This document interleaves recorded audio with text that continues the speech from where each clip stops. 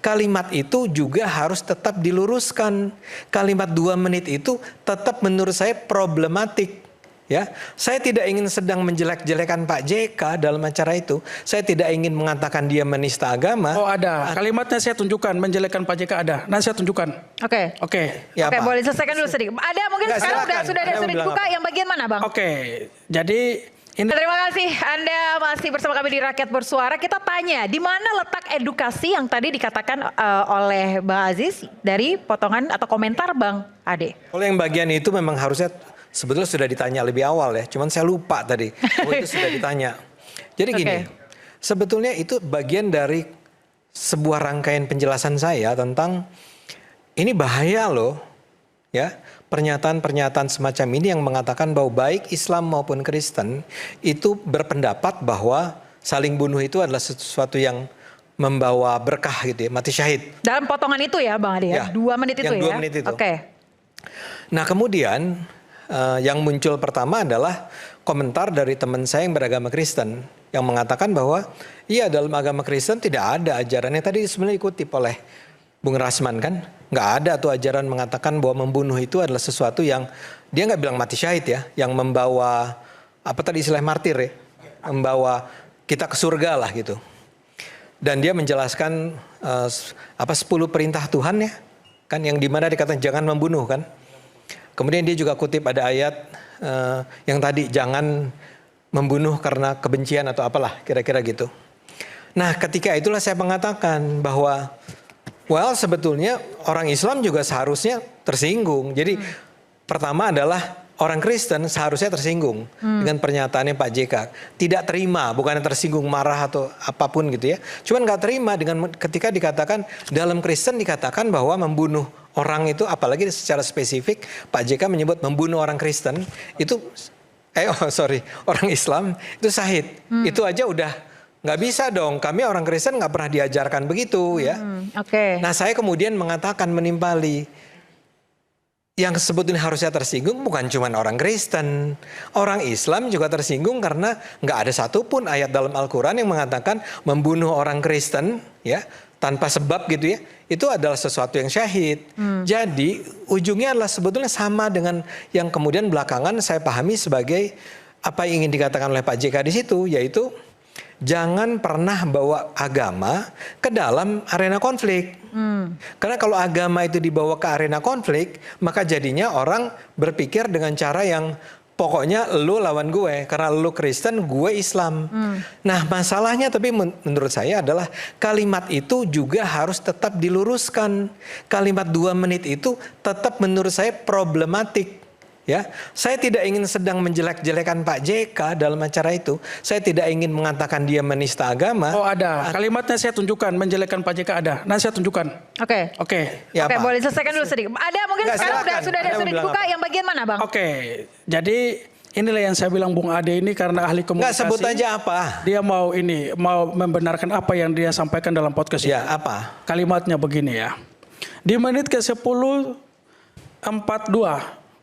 Sekelas tokoh publik yang adalah mantan wakil presiden 2 kali bisa menyisipkan logika sesat. Padahal Pak JK tidak sedang berlogika di situ. Terkait agama yang bahkan dia sendiri itu bukan agamanya. Yang dia nggak tahu ajarannya bagaimana begitu. Kayak ya what's on your mind. Ini Pak Ade sedang memframing Pak JK. Padahal Pak JK tidak punya logika. Tidak punya logika Pak JK. Pak JK tidak sedang berlogika dalam forum itu, dia meminjam pendapat orang. Di dalam kalimat 2 menit itu tidak ada meminjam. Yang dikatakan adalah bahwa dalam Islam atau Kristen. Bung Ade memotong, makanya karena Bung Saya Ade tidak sudah memotong. Lah kalau gitu siapa sebagai yang motong pertama? Tunjukkan dong buat kita. Begini Bung Ade. Kok Anda menjadi marah-marah? Saya tidak memotong. Oke, kalau saya mengomentari. Kalau saudara video, tidak memotong, saudara harus gentleman sebagai seorang intelektual, punya kewajiban tanggung jawab mencerahkan publik sebagai dosen komunikasi Universitas Indonesia, harusnya menyantumkan thumbnailnya atau linknya, saya dapat dari sini. Itu baru dosen yang benar. Yang punya kepentingan mengedukasi. Kalau hanya memotong 2 menit, Bung Ade, saudara punya framing jahat. Saya tidak memotong. Faktanya begini sudah. Dalam pasal 247 Undang-Undang Nomor 1 2023 tentang KUH pidana baru, tidak disebutkan siapa yang memotong, tapi siapa yang menyebarluaskan sehingga terjadinya kemarahan. Potensi penghasutannya sudah terjadi. Ada 4 unsur yang harus kita lihat di sana, Bung Ade. Kenapa sampai laporan teman-teman 40 ormas ini diterima di Bareskrim? Pertama, saudara telah membakar emosi, mengagitasi. Sudah jelas ada kalimat-kalimat dalam podcast itu bahwa yang tersinggung bukan saja orang Kristen tapi orang Muslim. Dampaknya sudah ada, teman-teman dari 18 ormas dan ketua Gamki melaporkan Pak JK. Terus dilakukan dengan kesadaran. Kesadarannya adalah dia tahu bahwa 2 menit itu ada 48 menit. Berarti dia tahu. Gitu. Makanya rangkaian peristiwa rumusan itu terpenuhi. Makanya laporannya teman-teman 40 ormas ini bukan fitnah ya. Menghasut, mengadu domba atau memprovokasi diterima. Sebentar, ini supaya lebih clear. Logika sesat yang Anda sampaikan itu apa maksudnya? Yang bagian mana, Bang Ade? Bahwa mengatakan bahwa dalam Kristen membunuh orang Islam itu syahid, itu logika sesat. Tidak ada. Itu salah, keliru. Apalah kata-katanya. Itu dikatakan oleh Pak JK. Harus dikatakan bahwa itu salah. Baik, saya mau dengar dulu dari teman-teman yang ada di studio Rakyat Bersuara pada malam hari ini. Mungkin yang ingin menyampaikan, khususnya yang sudah menonton video 2 menit itu. Mungkin teman-teman ada yang ingin angkat tangan, kemudian menyampaikan pendapat Anda terkait dengan video yang sudah Anda sampaikan. Apakah memang benar yang dikatakan Bang Ade atau benar yang dikatakan oleh Bang Aziz bahwa Pak JK menyampaikan apa yang dikutip begitu ya dari agama itu atau dari orang-orang yang berkonflik. Orang-orang yang berkonflik. Oke, baik. Ada mungkin mahasiswa, teman-teman mahasiswa yang sudah nonton videonya atau mungkin tamu-tamu undangan yang hadir di sini mungkin? Ya, Bang Izam silakan. Iya. Terima kasih. Assalamualaikum warahmatullahi wabarakatuh. Waalaikumsalam warahmatullahi. Jadi dalam konteks ini memang proses laporan 40 ormas ini sudah diterima clear oleh Mabes Polri. Tentu kaitannya di pasal 247 Undang-Undang 1 tahun 2023 ditambah ITE mungkin ya 32 ya. Mengedit itu ya. Tentang sesat itu yang 247. Oke, itu please silakan berjalan. Apa yang akan diambil nanti prosesnya. Artinya laporannya terhadap 3 orang itu kan. Seperti Ade, Armando maupun Grace Natali maupun satunya lagi Abu Janda. Biarkan aja proses itu berjalan. Kalau kami menjelaskan soal proses perkara ini tentu tidak ada ujung pangkalnya. Karena ini di sini. Tapi nanti bagaimana proses penyidikan itu tentu nanti ada ahli. Oke, jadi yang ingin Anda sampaikan apa Bang Isam? Satu, itu ya. Kedua, kalau kita bicara Ade Armando ini memang orang hebat dalam konteks tertentu tanda kutip. Tahun 2017 tanggal 25/1 sudah tanggal 25 bulan 1 sudah diterbitkan dia tersangka. Ya. Hebat kan, tersangka tidak tersentuh gitu loh ya. Bahkan pengajuan pra peradilannya pun ditolak. Pada saat itu cuitannya yang mengatakan bahwa tidak perlu dibela Tuhan itu. Buat apa? Istilahnya kira-kira begitu. Bukan, salah. Bukan begitu ya. Tapi tetap tersangka kan, tetap benar kan? Tersangka kemudian SP3. Itu dia. Padahal sudah gugur gitu loh, diajukan pra peradilannya. Ini aneh juga gitu loh ya. Satu itu.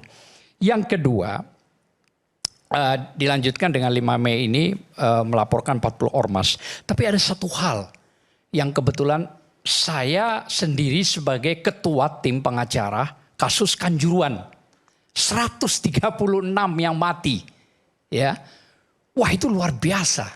Ade Armando itu mengatakan bahwa supporter jangan sok jagoan dan preman. Ya, maksudnya seperti apa nih? Ada kasus di Kanjuruhan itu meninggal 136 orang. Ya. Sebentar, kita ini dia udah keluar dari konsep kita. Yang ini Anda sampaikan terkait dengan kasus 40 ormas yang melaporkan Ade. Apakah Anda sudah menonton videonya yang 2 menit, Bang? Ya, saya cuman tadi aja soal masalah dianggap sesat aja itu. Tapi selebihnya saya tidak mempelajari. Tapi setidak-tidaknya saya hanya mengatakan bahwa Bung Ade ini memang orang hebat. Jadi walaupun terjang dengan proses-proses perkara apapun selalu lolos ini. Siapa di balik ini semua gitu loh ya. Nah, ini yang saya minta kepada maksud Anda ada orang di balik Ade Armando? Saya minta kepada penegak hukum jangan main-main dalam proses ini gitu loh ya. Baik Mabes, baik Polda gitu loh ya. Karena siapapun yang bersalah harus ditindak walaupun di belakang ada yang menguatkan. Ini butuh keadilan yang berproses gitu loh ya. Maksud Anda apakah Anda punya dugaan yang menguatkan? Proses hukum ini jangan karena kelompok ini yang sudah ya memang kesono lah ya. Itu selalu dibela. Enggak, kesono ini siapa? Ya, kesono ini siapa? Dan saya mau tanya, yang kesono ini siapa? Tunggu, saya jelaskan. Jangan sembarang ngomong aja, kesono siapa? Tunggu. Sebut namanya. Iya, saya sebut. Siapa? Tunggu, kesono itu maksudnya proses yang sifatnya. Siapa? Tunggu, iya saya jelaskan. Anda mau bilang siapa? Jokowi ya? Mau ngomong Jokowi? Enggak usah. Enggak ngomong siapa? Baik, sebentar. Anda kok ngomong bilang ya? Ya, saya belum menjelaskan. Saya di sini dengan mereka. Mau kemana siapa? Jangan memaksa apa yang saya sampaikan. Ngomong dong sama siapa? Ya, saya tunggu. Siapa? Coba. Ya, jadi orang yang menganggap hukum bisa dikuasai. Ya, siapa? Ya, silakan. Itu ngomong dong siapa yang menguasai hukum sekarang? Lu Anda menyebar fitnah di sini. Sampai detik ini proses ini yang terjadi tidak ada kejelasan. Kejelasan yang mana nih? Saya kasih tahu kasus. Enggak, kejelasan yang mana nih yang enggak jelas nih? Satu kasus ijazah Loh, palsu. siapa? Sampai sekarang apa berjalan. urusannya ke ijazah Jokowi? Nah, ini kan Yuk kan minta. Enggak, Yuk kan minta. Sebentar. Orang yang sudah menjadi pembenci Jokowi bukan bicara akan seperti ini. Kita bicara tentang agama, tentang narasi, tentang diksi. Baik, Bang, sebentar. Bagaimana Anda yakin kemudian Bang Ade ini bisa lolos kali ini? Apa maksud Anda? Apa urusannya? Bisa saja itu terjadi, tergantung nanti bagaimana proses penyidikan secara objektif. Kami minta proses perkara ini secara objektif. Silakan misalnya ada rekan yang melaporkan JK. Baik, kita tangkap poinnya. Proses. Baik, kita tangkap poinnya. Terima kasih, Bang. Termasuk 40 ormas yang melaporkan juga. Jangan sampai terjadi yang tidak terjadi proses tidak objektif. Baik. Jadi 40 ormas diproses. Semua dong. Yang laporan 18 kepada Pak JK diproses enggak? Juga enggak apa-apa. Ya sudah, Anda harus bicara netral gitu loh. Baik, terima kasih. Enggak usah nekan-nekan saya. Bukan nekan. Saya di sini berkeberatan kalau Anda mengatakan bahwa ada kelompok yang mana nih? Kasih tahu juga. Baik, saya mau tanya ke Bang. Bukan kelompok itu yang mana gitu loh. Ya, saya mau tanya ke Bang Gurun dulu, Bang. Apakah Anda? Ya, saya menjelaskan dikit ya. 3 minggu yang lalu kita sudah dialog di sini. Dan saya ingat betul 2 pernyataan dari Bung Ade Armando.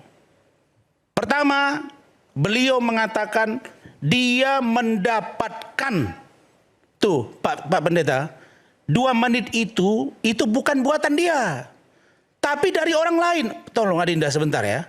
Lalu kemudian ditanya sama host Adinda Aiman yang sekarang dipersiapkan ini, adik kita Ayah ini, bahwa itu dari orang lain dan akan disampaikan ketika polisi meminta keterangan itu kepada dia. Berarti ada gitu. Bukan karangan dia, bukan editan dia. Yang kedua, berarti terbantahkan. Bukan diedit, bukan dikarang-karang. Proses itu yang kedua, kan begitu. Yang kedua, sebentar. bahwa tadi juga dikonfirmasi oleh Pak Ade Armando kepada Stein selaku kuasa hukum dari pelapor, dalam hal ini Gamki. Apa pertanyaannya? Apakah Anda, dalam hal ini klien Anda, terprovokasi, terhasut atau tidak karena melihat Cokro TV di situ pernyataan Ade Armando? Jawabnya tidak. Nah, berarti 2 hal ini tidak melekat kepada diri Ade Armando, itu loh. Kalau begitu bagaimana? Siapa yang melakukan ini?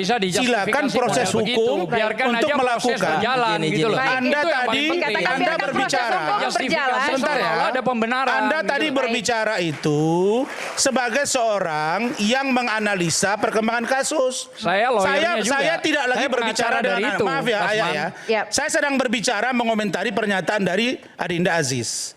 Saya hanya mau katakan bahwa 3 minggu yang lalu, betul nggak Mas Ade? Beliau mengatakan bahwa waktu itu beliau ini Zoom, bahwa pernyataan dia tentang yang 2 menit itu bukan datangnya dari dia sendiri, tapi dari orang lain. Siapa itu nanti diberikan ketika penyidik meminta itu. Baik. Yang kedua, apakah terprovokasi dengan Cokro TV sehingga muncul laporan? Jawabnya tidak. Lalu siapa yang melakukannya? Biarkan proses kepolisian menjalankan. Itu loh maksud saya. Kemudian saya terima kasih Bang Rasman. Saya mau tanya dulu ke Bang Gurun sedikit ya. Jadi mohon izin saya tanggapi ya terkait dengan bahwa beliau tidak mencantumkan sebuah sumber informasi. Ini adalah dugaan menyembunyikan. Maka dalam delik hukum yang kami laporkan ada frasa turut menyembunyikan. Menyembunyikan atau menghargai proses hukum? Jadi kedua adalah ini dia memposting beliau video yang tidak utuh. Tentu frasa hukum yang kita kaji, yang kita lihat adalah terkait dengan beliau juga turut menyebarkan, mentransmisikan, mendistribusikan, lalu tidak mencantumkan sumber artinya menyembunyikan. Maka itu ada dugaan tindak pidana provokasi dan penghasutan. Dan di situ dalam video itu terjadi dinamika, perdebatan yang intens dalam video Cokro itu, yang dimana sangat tajam masyarakat berseteru, saling ribut. Nah, ini kan ada hasil yang timbul dari video itu. Artinya sekalipun beliau tidak menyebutkan sumber, artinya di situ telah terbukti yang kami nilai, yang kami ketahui, beliau menyembunyikan sumber informasi dan mendistribusikan, menyebarkan, turut menyebarkan. Artinya kan ini termasuk sebuah peristiwa hukum yang deliknya yang kami analisis tentu memenuhi unsur. Oke, baik. Saya mau tanya Bang Sten, Bang, peristiwa hukum ini menurut Anda seperti apa? Apakah ini menyembunyikan atau mungkin menghargai proses hukum? Ya balik ke omongan saya tadi. Seorang tokoh nasional, influencer, apapun itu dia, harus hati-hati menyampaikan pendapat ataupun diksi-diksinya. Sekarang saya tanya kepada Anda, Bang Gurun, kenapa yang dilaporin hanya 3 orang ini? Padahal sebelum mereka membuat video itu, sudah banyak potongan-potongan 2 menit yang beredar di media sosial. Kenapa hanya 3 ini? Karena mereka tokoh, karena mereka punya nama. Itu kenapa tadi saya bilang bahwasanya Pak JK sebagai tokoh nasional itu harusnya lebih berhati-hati dalam menyampaikan masalah keagamaan. Diksi yang dia gunakan, izin Pak Pendeta. Saya tidak tahu kepentingan Pak Pendeta apa di sini, tapi saya berharap Pak Pendeta sebagai pemuka agama yang harusnya berbicara yang sebenar-benarnya. Di sini disebutkan bahwasanya Kristen bila membunuh orang Islam itu syahid. Ini bukan perkara masalah ini kan pakai syahid, oh ini ranahnya mereka, bukan. Tapi beliau mengatakan Kristen. Kristen itu apa? Berarti Kristen itu setahu saya pengikut Kristus. Ya, dulu belum ada namanya agama Kristen, nggak ada. Pengikut Kristus disebut namanya Kristen. Berarti yang sekarang menjadi agama. Jadi semua orang Kristen itu berpendapat membunuh orang Islam, itu akan syahid. Satu, kita tidak mengenal mati syahid. Kedua, ajaran itu tidak pernah ada di Alkitab. Saya bukan ahli teologi, tapi ya sepengetahuan saya seperti itu. Jadi masalah soal beliau mengatakan itu memang hanya kepleset ngomong, penggunaan diksi. Itu makanya saya bilang, kalau dibilang kenapa Bang ada yang Armando yang dilaporkan? Kenapa enggak semua yang membuat video itu dilaporkan dan kawan-kawannya? Karena beliau punya nama. Karena beliau tokoh politik mungkin, saya nggak tahu. Karena beliau dosen. Itu makanya Anda laporkan. Balik lagi Pak JK kami laporkan karena beliau adalah tokoh nasional yang seharusnya lebih berhati-hati. Tunggu Bang Ajis ya, harus lebih berhati-hati dalam menggunakan diksi. Walaupun memang dia bilang itu orang yang diposo, dia tinggal ngomong, dia harusnya ngomong di awal. Oke, saya tanggapi ya. Ngomong orang Kristen atau masyarakat Kristen di Poso, nah itu akan clear. Satu, kedua, enggak itu di awal. Ya, jadi satu lagi, tadi soal perdamaian, izin ini nggak akan jadi panjang kalau pembicaraan saya dengan Bang Uceng saat itu. Makanya saya bilang ada perbedaan karakter di sini antara Bang Uceng itu Hussein Abdullah itu jubirnya JK. Saya bertemu sama beliau satu malam sebelum Pak JK melakukan klarifikasi hari Sabtu. Karena Pak JK hari itu lagi terbang dari Jepang ke Indonesia. Bahasa apa Bang? Jadi gini, bahwasanya hari itu kami menyatakan kami bukan mau menghukum Pak JK. Tujuan kami bukan di situ. Kami hanya mau mendudukkan persoalan yang sudah ramai di media sosial. Kalau Pak JK besok ngomong yang adem, kami terbuka untuk komunikasi, mendamaikan semua pihak. Oke. Tapi apa yang terjadi? Pak JK malah berapi-api, membawa kemana-mana, mengatakan dirinya difitnah. Nah, itu yang memang jadi difitnah. Bentar ya. Baik, dijawab dulu pertanyaan. Saya Memang. tanggapi ya. Jadi gini, Stan saudara ketemu dengan Pak Hussein Abdullah, jubir Pak JK, itu saya ada di Yakun Kaya kan? Iya betul. Benar. Iya. Saudara duduk dengan Pak Hussein, saya ada di samping tuh, tapi saya tidak mendengar perbincangan itu. Oh iya. Okay. Benar kan? Iya. Iya, di Yakun Kaya Menteng. Betul. Oke. Sikap Pak JK waktu pulang itu sudah mulai tensinya sudah tinggi sekali.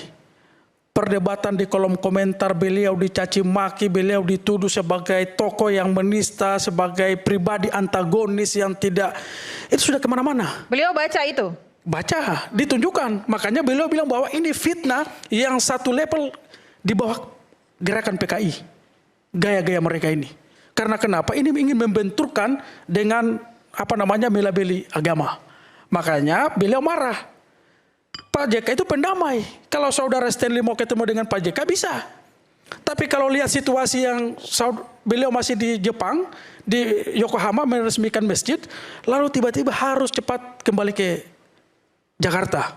Padahal beliau masih punya agenda kemanusiaan. Beliau Palang Merah Internasional. Masih ada agenda beliau 1 atau 2 hari. Tapi harus memutuskan untuk secepat kembali ke Indonesia karena ada situasi seperti ini. Beliau katakan kepada kami, boleh kalian marah atau berbeda pendapat, bahkan mungkin menyerang pendapat beliau. Tapi jangan pernah sampai pada titik ingin membenturkan anak bangsa atau agama, itu bahaya. Okay. Karena saudara Stan dan teman-teman Bung Ade, Pak JK itu hampir meninggal di Ambon. Bagaimana beliau, kalian ini kan tidak pernah tahu bagaimana konflik itu. Tapi kami merasa bagaimana dampak konflik untuk kami. Saya harus pergi sekolah ke Makassar itu karena Universitas Unpati itu terbakar, bos. Pak JK itu harus ke Ambon dan nginap 3 hari itu karena harus memastikan konflik itu harus berakhir, selesai. Beliau jalan darat di blokade, pohon ditumbangkan, dengan speedboat angkatan laut dibakar. Untuk itu beliau harus menembus lapangan Merdeka dengan menggunakan helikopter. Itu pun diganggu. Beliau pertaruhkan nyawanya.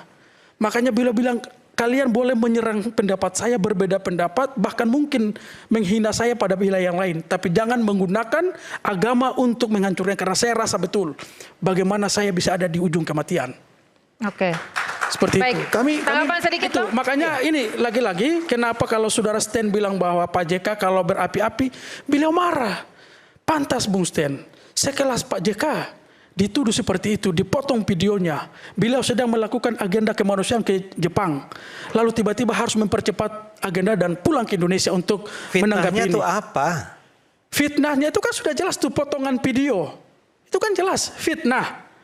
Di sana saudara memotong video ceramah Pak JK yang 48 menit, dipotong cuma 2 menit lalu dikomentari. Saya tidak memotong. Oke, Tapi saya sekarang mau bilang begini. yang 2 menit itu, Oke. Pak JK. Mana fitnahnya? Oke. Baik, di mana fitnahnya Bang Amba? Anda akan jawab usai jeda, tetaplah di Rakyat Bersuara.